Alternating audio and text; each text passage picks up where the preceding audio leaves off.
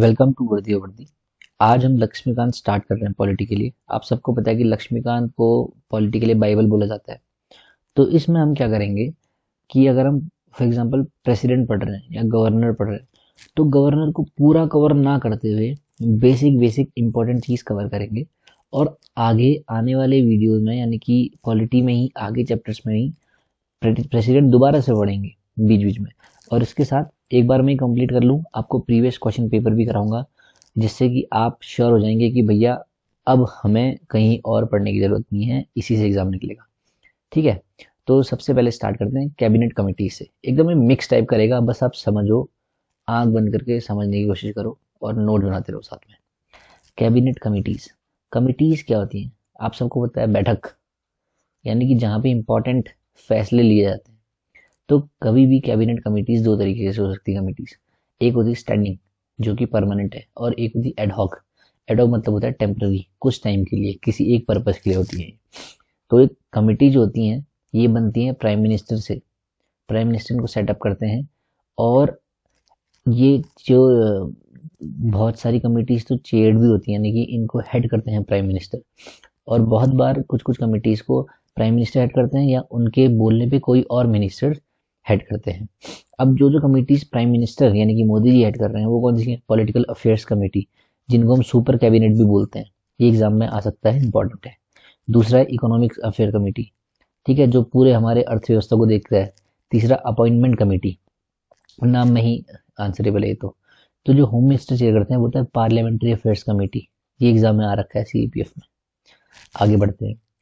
Chief minister और prime minister, they hold office till the pleasure of governor और president. ये one word में पूछ लेगा आपसे, आप कंफ्यूज हो गए, अच्छा इनके पास इतनी पावर है क्या कि प्राइम मिनिस्टर को हटा देंगे? उनकी प्लेजर तक रहते हैं बस ये, ठीक है। But that does not mean for removal. ये हमेशा कॉन्फिडेंस में रहनी चाहिए। अगर इनकी मेजोरिटी बनी रही तो उनको कोई हिला ही नहीं सकता वहां से, ठीक है। आगे बढ़ते हैं। स्टेट एग्जीक्यूटिव कौन होता है? Governor, chief minister, council of ministers और एडवोकेट जनरल, ठीक है। ये होते हैं स्टेट में एग्जीक्यूटिव, जो लेजिस्लेशन को फॉलो करवाने के पीछे इनका बहुत बड़ा हाथ होता है। सेवेंथ अमेंडमेंट जो था, इसमें बोला था कि गवर्नर एक से ज़्यादा स्टेट के लिए भी अपॉइंट हो सकता है। इनकी जो सैलरी और एमोल्यूमेंट्स होते हैं, जो इनको टीएडीए भत्ता वगैरह मिलता है, will be shared by both the states according to president. ये प्रेसिडेंट डिसाइड करेगा। अगर एक गवर्नर दो अलग अलग स्टेट के लिए राज्यपाल है तो प्रेसिडेंट डिसाइड करेगा कितनी सैलरी कौन सा स्टेट देगा और कितना पैसा दूसरा स्टेट देगा। ये सब प्रेसिडेंट डिसाइड करते हैं। इम्यून, यानी कि इनको छूट है फ्रॉम क्रिमिनल एक्ट्स, है ना। बट सिविल एक्ट्स के लिए इनको 2 महीने का पहले नोटिस देना पड़ेगा गवर्नर जी को। इसके बाद अच्छा, इसका मतलब बहुत मुझे लगता है बहुत शॉर्ट में पढ़ा देता हूँ मैं, तो मुझे समझाने में भी टाइम लग रहा है। इसका मतलब ये है कि अगर किसी गवर्नर ने कोई क्रिमिनल एक्ट कर दिया तो उससे उसको इम्यूनिटी है, लेकिन अगर उनके कार्यकाल में। और अगर सिविल एक्ट कर दिया, यानी कि कोई ऐसा केस कर दिया जिस पैसे का लेन देन हो या फिर जिसमें ज़मीन का लेन देन हो, प्रॉपर्टी का, मूवेबल या इमूवेबल प्रॉपर्टी का लेन देन हो, उसमें इनको 2 महीने का पहले नोटिस देंगे और उसके बाद इनके ऊपर काम वाम चलेगा, केस वगैरह। जो गवर्नर है इनको ओथ दिलाते हैं चीफ जस्टिस हाई कोर्ट के। और हाई कोर्ट के चीफ जस्टिस को कौन ओथ दिलाता है, ये आप कमेंट डाउन करिए। गवर्नर के पास कोई भी पावर नहीं है, ना डिप्लोमेटिक, ना मिलिट्री, ना ही इमरजेंसी रिलेटेड। ये क्वेश्चन सीडीएस 2018 में सेकंड वाला है और 2 बार आ चुका है क्वेश्चन, सेम क्वेश्चन, है ना। ये क्वेश्चन आप आगे देखेंगे, मैं कितने बार आपको रिपीट करूंगा। उनके पास ना डिप्लोमेटिक पावर है, ना मिलिट्री का कोई पावर है, ना इमरजेंसी की पावर है। तीनों पावर प्रेसिडेंट के पास है। अब गवर्नर क्या करते हैं, ये अपॉइंट करते हैं एडवोकेट जनरल को। उनका रिन्यूमरेशन, उनको कितना पैसा मिलना चाहिए। और advocate general holds office till his pleasure, यानी कि till the pleasure of governor. जब तक गवर्नर चाहेंगे तब तक का एडवोकेट जनरल अपने ऑफिस में बैठेंगे। Governor also appoints state public service commission member and chairperson. लेकिन अपॉइंट ये करते हैं गवर्नर साहब, इनको रिमूव करने की पावर है सिर्फ प्रेसिडेंट को। गवर्नर साहब स्टेट पब्लिक सर्विस कमीशन के मेंबर चेयरपर्सन को अपॉइंट तो कर देंगे, लेकिन हटाने का पावर सिर्फ प्रेसिडेंट साहब के पास है।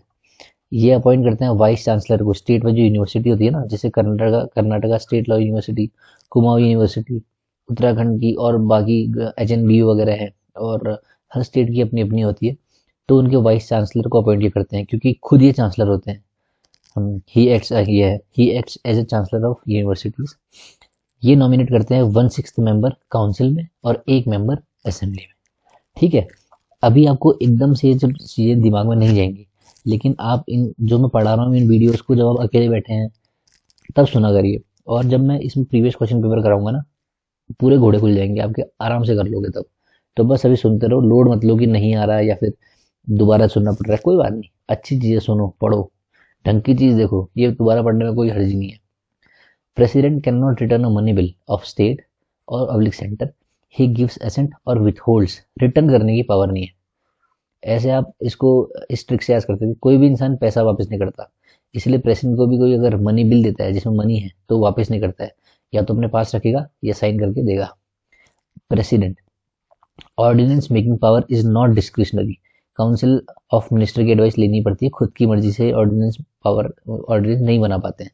अब ये जो नॉट है बहुत इंपॉर्टेंट है, ये एग्जाम में आया था सीडीएस में 2020 के सेकंड वाले में। इसमें इन्होंने बोला था कि ऑर्डिनेंस पावर जो प्रेसिडेंट की है वो डिस्क्रिशनरी है, लेकिन वो आंसर रॉन्ग था, उसकी पावर डिस्क्रिशनरी नहीं है। कभी भी अगर इसको ऑर्डिनेंस बनाना है तो उसमें इसको ऑलवेज ही has to take the advice of council of ministers headed by prime minister. अब देखिए डिफरेंस क्या है प्राइम मिनिस्टर और गवर्नर में। आप सबको पता है कि president sorry prime minister president है, प्रेसिडेंट और गवर्नर में सबसे बड़ा डिफरेंस ये है ऑब्वियसली कि प्रेसिडेंट साहब जो पूरे देश के पहले सिटीजन हैं, ठीक है, और ये होते हैं सेंटर में, ये हैं गवर्नर स्टेट में। 35 साल दोनों की एज होती है अपॉइंट होने की, एटलीस्ट 35 साल की होनी चाहिए, तब जाके प्रेसिडेंट या गवर्नर बन सकते हैं। President not bound to give assent to state bills even if sent for after reconsideration. जैसे मान लीजिए कुछ बिल बना और उसके बाद ये प्रेसिडेंट साहब के पास गया कि भाई साइन करिए, तो ऐसा होता है अगर सेंटर में ये चीज़ होता है बिल अगर इनको देंगी, ये दोबारा अगर काउंसिल ऑफ मिनिस्टर को देंगे या फिर दोबारा अगर भेज देंगे भैया नहीं दोबारा कंसिडर करो, और दोबारा अगर इनको दोबारा से सेम बिल साइन करने को देते हैं तो president is bound to sign. लेकिन स्टेट के बिल में क्या होता है, अगर स्टेट वाले एक बिल बना के देंगे कि साइन करिए तो ये दोबारा भेज सकते हैं, और दोबारा भी अ, जो लेजिस्लेचर है वो बोलती है कि सर ये हमने दोबारा से सेम चीज़ बनाई है तो साइन करने को बाध्य नहीं है, लेकिन सेंटर में ऐसा नहीं है। Issues president issues ordinances only on those on which parliament makes law. Obviously हर इंसान की पावर अपनी खुद की है, तो पार्लियामेंट के पास जिसमें कानून बनाने की ताकत है सिर्फ उसी में ऑर्डिनेंस ये इशू कर सकते हैं, और गवर्नर साहब सिर्फ लेजिस्लेटिव जिसमें लेजिस्लेचर बना सकती है लॉ, सिर्फ उसमें ऑर्डिनेंस पास कर सकते हैं। प्रेसिडेंट कभी भी ये वाले ऑर्डिनेंस यानी कि ये वाले ऐसे अध्यादेश कभी भी विड्रॉ कर सकते हैं, वापस ले सकते हैं, और सेम चीज़ यहाँ भी गवर्नर भी कभी वापस ले सकते हैं। President is the only authority to pardon a death sentence, अगर किसी को मृत्यु दंड मिल जाता है उसको माफ करने की पावर सिर्फ प्रेसिडेंट की होती है, गवर्नर की नहीं होती है। यही हम लास्ट स्लाइड में पढ़ रहे थे जब उसमें डिप्लोमेटिक पावर या फिर पार्डन पावर ये सब थी ना, तो उसमें यही है कि माफ नहीं कर सकते किसी को, सिर्फ प्रेसिडेंट के पास पावर होती है। Grant even court martial, court martial क्या होता है आप जानते हैं, आर्मी वगैरह में आप जैसे आर्मी एयरफोर्स नेवी में या फिर डिफेंस फोर्सेज में अगर आप हैं तो आपका कोर्ट मार्शल होता है, तो उसमें भी पावर है कि भैया तुमको माफ कर देंगे प्रेसिडेंट साहब। अब प्रेसिडेंट ऑल्सो डिसाइड्स, अच्छा यहाँ उनके पास पावर नहीं है गवर्नर के पास। President decides on question of disqualification of MP in consultation with election commission, तो इलेक्शन कमीशन जो है उनके साथ डिसाइड करते हैं ये किसी एमपी का डिस्क्वालिफिकेशन, ठीक है। यहाँ क्या है, गवर्नर साहब डिसाइड करते हैं disqualification of members of state legislature in consultation of election commission, ये स्टेट इलेक्शन कमीशन नहीं है माइंड यू, इलेक्शन कमीशन, ठीक है। तो यहाँ सेम चीज़ होगा, यहाँ भी होगा, लेकिन यहाँ इलेक्शन कमीशन। आगे बढ़ते हैं, कुछ कुछ ऐसी ये कमेटी काउंसिल्स वगैरह हैं जिसमें प्राइम मिनिस्टर चेयरमैन होता है, ये एग्जाम में आता है, नीति आयोग का पूछ रखा था, ये पूछा था पहले, इसका नाम क्या था, प्लानिंग कमीशन था, पहला ये हो गया। दूसरा इसका चेयरपर्सन हमेशा प्राइम मिनिस्टर रहता है। National development council, national integration council, department of science atomic energy, council for scientific and industrial research, inter state council, Indian board of wild life, और इन सब के लिए प्रेसिडेंट हमेशा चेयरपर्सन देंगे, ठीक है। आगे बढ़ते हैं, अब प्रेसिडेंट के बारे में इतना हमने पढ़ लिया, तो प्रेसिडेंट के इलेक्शन में कौन कौन पार्टिसिपेट करते देखते हैं। सबसे पहले तो आर्टिकल 61 प्रेसिडेंट के इलेक्शन के बारे में बात करता है, और प्रेसिडेंट के बारे में बात करता है article 52, executive of power of president के बारे में बात करते हैं आर्टिकल 53, ठीक है। तो the president is elected not directly by people but by member of electoral college. अब इसमें क्या सिस्टम है, जो इलेक्टोरल कॉलेज है वो किन से मिलकर बनता है, जो इलेक्शन इसका कंडक्ट करा रहे हैं। सबसे पहले इलेक्टेड मेंबर्स, ठीक है, elected members of both the house of parliament, यानी कि लोकसभा और राज्यसभा, एक तो इसके इलेक्टेड मेंबर्स हो गए जिनको चुना गया है, नॉमिनेटेड नहीं, इलेक्टेड। दूसरा, elected members of legislative assemblies her state की, वहाँ जो इलेक्टेड मेंबर्स हैं उनको वो भाग लेंगे किसमें, इलेक्शन में। तीसरा, elected members of union territories. अब जो लेजिस्लेटिव असेंबलीज हैं यूनियन टेरिटरीज की, वो भी हिस्सा लेती है। तो तीनों चीज, elected members of parliament, elected members of legislative assemblies of states and elected members of legislative assemblies of union territories. समझ में आ गया? बहुत सिंपल चीज है। अब आगे बढ़ते हैं। पार्टिसिपेशन ऑफ इम्पीचमेंट में कौन भाग भाग लेता है? पार्टिसिपेशन में भाग लेते हैं नॉमिनेटेड मेंबर्स, जबकि इनने इलेक्ट नहीं किया है लेकिन फिर भी ये लेते हैं, इसमें इलेक्टेड मेंबर्स नहीं होते भागने वाले। अब क्या है, पार्टी जब कभी भी इलेक्शन में जब कभी भी प्रेसिडेंट का इम्पीचमेंट होता है ना, तो उसमें कुछ कुछ फॉर्मेलिटीज हैं जो हमेशा पूरी करनी पड़ती हैं। ऐसा नहीं है कि प्रेसिडेंट को बस तुम एक दिन उठा के बोल दो कि भैया अब तुम आज से प्रेसिडेंट नहीं हो, तुम जाओ घर। ऐसा आप किसी से बोल नहीं सकते ठीक है, because he is the first citizen of India. तो उसमें कुछ कुछ चीजें हैं जो हमेशा फॉलो करनी पड़ती हैं। जैसे कि कभी भी प्रेसिडेंट को अगर इम्पीचमेंट के लिए हटाना है तो सबसे पहली चीज जो प्रूफ करनी पड़ती है वो है कि प्रेसिडेंट ने कॉन्स्टिट्यूशन का वायलेशन किया है। ठीक है, अब कॉन्स्टिट्यूशन का वायलेशन क्या है ये कहीं भी कोई भी कॉन्स्टिट्यूशन में लिखा नहीं है अभी तक का, तो इसको प्रूफ करना बहुत मुश्किल है। आज तक का कोई भी प्रेसिडेंट इम्पीच नहीं हुआ है। आगे बढ़ते हैं। तो अगर किसी भी प्रेसिडेंट के ऊपर आपने ये लेवल कर दिया चार्जेस कि भैया आपने कॉन्स्टिट्यूशन को वायलेट किया है, तो उसके लिए क्या करना होगा? सबसे पहले एक चार्ज बनाना होगा जिसमें नोटिस देंगे प्रेसिडेंट साहब को 14 दिन का कि भैया आपके अगेंस्ट ये चार्ज ले रहे हैं। ठीक है, उसको जो है उस रेजोल्यूशन को पास करना पड़ेगा आपने 2/3 मेजोरिटी से। समझ गए? एक हाउस से, जिस भी हाउस में स्टार्ट हुआ वहां से वो पास करेंगे। फिर वो जो रेजोल्यूशन है पास हो जाएगा दूसरे हाउस में, जैसे लोकसभा में हुआ वहां से जाएगा राज्यसभा में। राज्यसभा का काम होगा कि ये उसको एसेस करे। ठीक है, राज्यसभा को देखना होगा कि मतलब ये सही किया है या नहीं किया है, उनको इन्वेस्टिगेट करना पड़ेगा। और जब दूसरा हाउस भी इसको सस्टेन कर देगा चार्जेस को, तो उसके बाद प्रेसिडेंट साहब अपने ऑफिस से हट जाएंगे। ठीक है, तो ये एक तरह की क्वासी जुडिशियल प्रोसेस है। ऐसा नहीं है कि मतलब सिर्फ बस फॉर्मल चलता है कि इनको हटाना है, ये प्रोसेस ऐसी, ऐसा नहीं है। एकदम क्वासी जुडिशियल चलता है। इसमें जुडिशरी भी एक्ट करता है।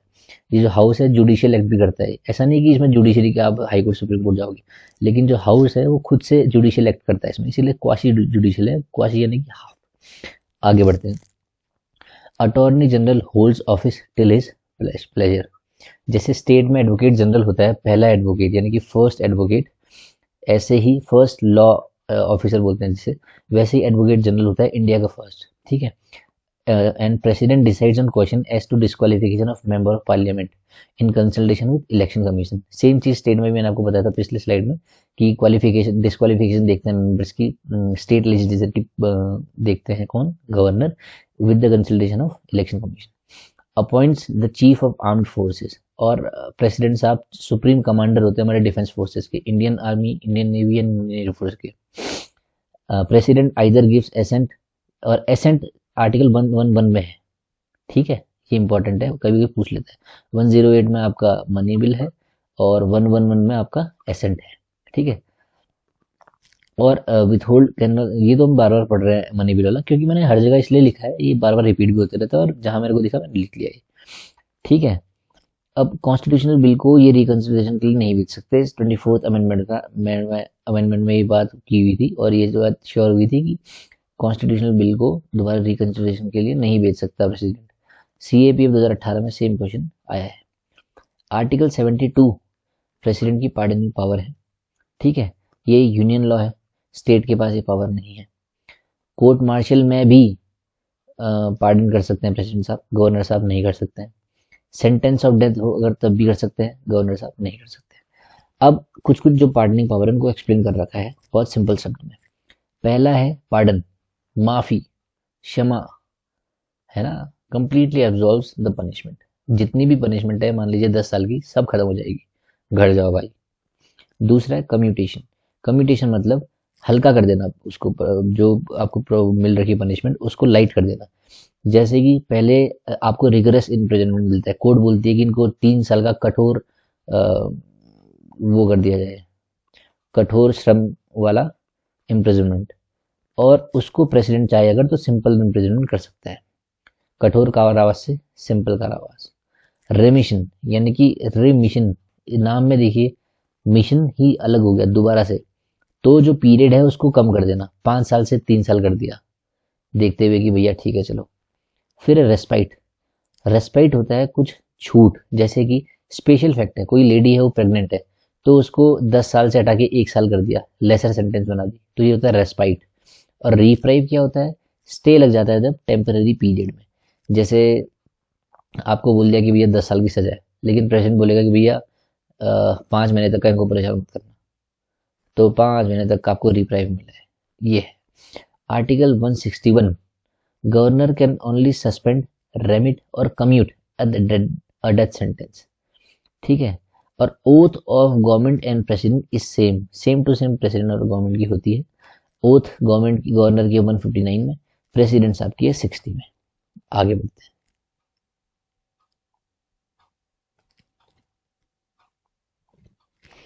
President regarding pardoning power, president की जो पार्डनिंग है, माफ करने की पावर है, ये एक्सरसाइज करते हैं सिर्फ एडवाइस पे यूनियन कैबिनेट की। ठीक है।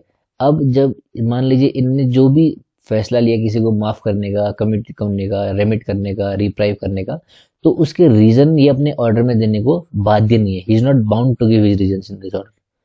आगे, exercise of his power, no judicial review. मान लीजिए इनने कुछ भी एक्सरसाइज किया तो आप सुप्रीम कोर्ट या हाई कोर्ट नहीं जा सकते कि भाई साहब प्रेसिडेंट साहब ने ऐसा क्यों कर दिया, इसका कोई नो जुडिशियल रिव्यू, कोई दोबारा रिव्यू नहीं करेगी कोई जुडिशरी। हाँ, कुछ कुछ कंडीशन है एक्सेप्ट, यानी कि हर जगह अपवाद होते हैं, वो क्या है, आर्बिट्ररी हो, अगर इरेशनल हो, मालाफाइड हो, डिस्क्रिमिनेटरी हो, ये 4 ग्राउंड अगर है तो जुडिशियल रिव्यू हो सकता है। आर्टिकल 74 बोलता है काउंसिल ऑफ मिनिस्टर और प्रेसिडेंट मिलकर एडवाइस करते हैं प्रेसिडेंट को, even if send after reconsideration must accept. Article 78 इस बार सीडीएस के 2020 या 2021 वाले में एग्जाम में आया है कि प्राइम मिनिस्टर की ड्यूटी है कि प्रेसिडेंट को इन्फॉर्मेशन पहुंचाए, फर्निश करे। ठीक है। अच्छा, ये वाला पॉइंट जो था, ये पॉइंट 3 बार एग्जाम में आ गया सीडीएस में, 2018 में आया है, सीएपीएफ में 19 वाले में आया है, और बहुत जगह रखा है कि पार्लियामेंट जो है, लेजिस्लेटिव काउंसिल, देखिए आपको पता है कि जैसे लोकसभा और राज्यसभा है सेंटर में, ऐसे ही विधानसभा और विधान परिषद है। ठीक है, legislative assembly and legislative councils. तो अगर पार्लियामेंट किसी एक स्टेट में लेजिस्लेटिव काउंसिल यानी कि विधान परिषद को बनाना चाहती है या हटाना चाहती है, तो उसका प्रोसेस ये है कि लेजिस्लेटिव असेंबली यानी कि विधानसभा उस स्टेट की एक पास करे स्पेशल मेजोरिटी से कि हमने ये बनाना है अपने स्टेट में, कि जैसे विधान परिषद बनाना है या विधान परिषद हटाना है, उसके लिए अपने लेजिस्लेटिव असेंबली अपनी जगह से स्पेशल मेजोरिटी से रेजोल्यूशन पास करेगी, और पार्लियामेंट से वही चीज़ सिंपल मेजोरिटी पास होगा, तो उस दिन से ये मान लिया जाएगा कि भैया आज ये मेजोरिटी, आज ये रेजोल्यूशन पास हो गया और आज से यहाँ लेजिस्लेटिव काउंसिल बनता है, या आज से स्टेट लेजिस्लेटिव काउंसिल खत्म होता है। ये तरीका है। ये 3-4 बार एग्जाम में आ गया, अब इसको भूलना मत। अब लेजिस्लेटिव असेंबली जो है, विधान परिषद, सॉरी विधानसभा की स्ट्रेंथ क्या है, कितने लोग होने चाहिए, कम से कम 60 और मैक्सिमम 500। एक्सेप्शंस हैं अरुणाचल प्रदेश, सिक्किम, गोवा, नागालैंड और मिजोरम। नॉमिनेटेड मेंबर्स जो होते हैं लेजिस्लेटिव असेंबली में, विधानसभा में, वो एक है Anglo Indian by governor. Anglo Indian वो लोग थे जब जैसे पुर्तगीज हैं, ब्रिटिश हैं, डच है, फ्रेंच हैं, ये लोग जब इंडिया में थे इंडिपेंडेंस से पहले, तो इनने जो यहाँ शादी की थी और यहाँ इनके जो बच्चे रह गए थे, उनके साथ बहुत डिस्क्रिमिनेशन होता था, तो उनका प्रतिनिधित्व करने के लिए एक इंसान हमेशा नॉमिनेट किया गया पार्लियामेंट में, वो इंसान है एंग्लो इंडियन। ठीक है। काउंसिल क्या होता है, अब लेजिस्लेटिव काउंसिल की स्ट्रेंथ ये है परिषद की कि कम से कम 40 लोग हों और मैक्सिमम 1/3 ऑफ असेंबली, यानी कि अगर 90 लोग वहाँ हैं तो उसका 1/3 हिस्सा, यानी कि 30 लोग असेंबली में, काउंसिल में होने चाहिए मैक्सिमम। ठीक है, उससे ज़्यादा नहीं हो सकते। हाँ, एंग्लो इंडियन है आपका आर्टिकल 333 में। ठीक है। 111 में क्या है, एसेंट है। 108 में है मनी बिल। 112 में है एनुअल फाइनेंशियल स्टेटमेंट, जिसको आप बजट बोलते हैं।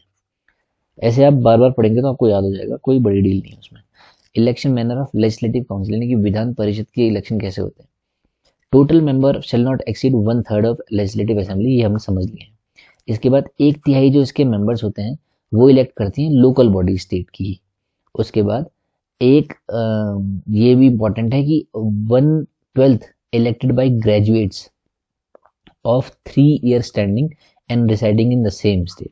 ठीक है, 1/12 elected by teachers of 3 year standing of secondary school. ये क्वेश्चन 2019 में आ रखा है, इन चीज़ों को स्किप नहीं करना है। आपको लगता है थोड़ा बोरिंग है, थोड़ा नहीं दिक्कत आ रही, लेकिन आप बस समझेंगे कि 1/3 मेंबर असेंबली से ज़्यादा एक्सीड नहीं करना चाहिए, 1/3 जो इलेक्ट करता है लोकल बॉडी करता है, 1/12 जो है ग्रेजुएट होनी चाहिए 3rd ईयर स्टैंडिंग के और ये रहनी चाहिए उसी स्टेट में, 1/12 जो है वो इलेक्ट करेंगे टीचर्स और जो 3 साल से वहाँ रहे और सेकेंडरी स्कूल के हैं।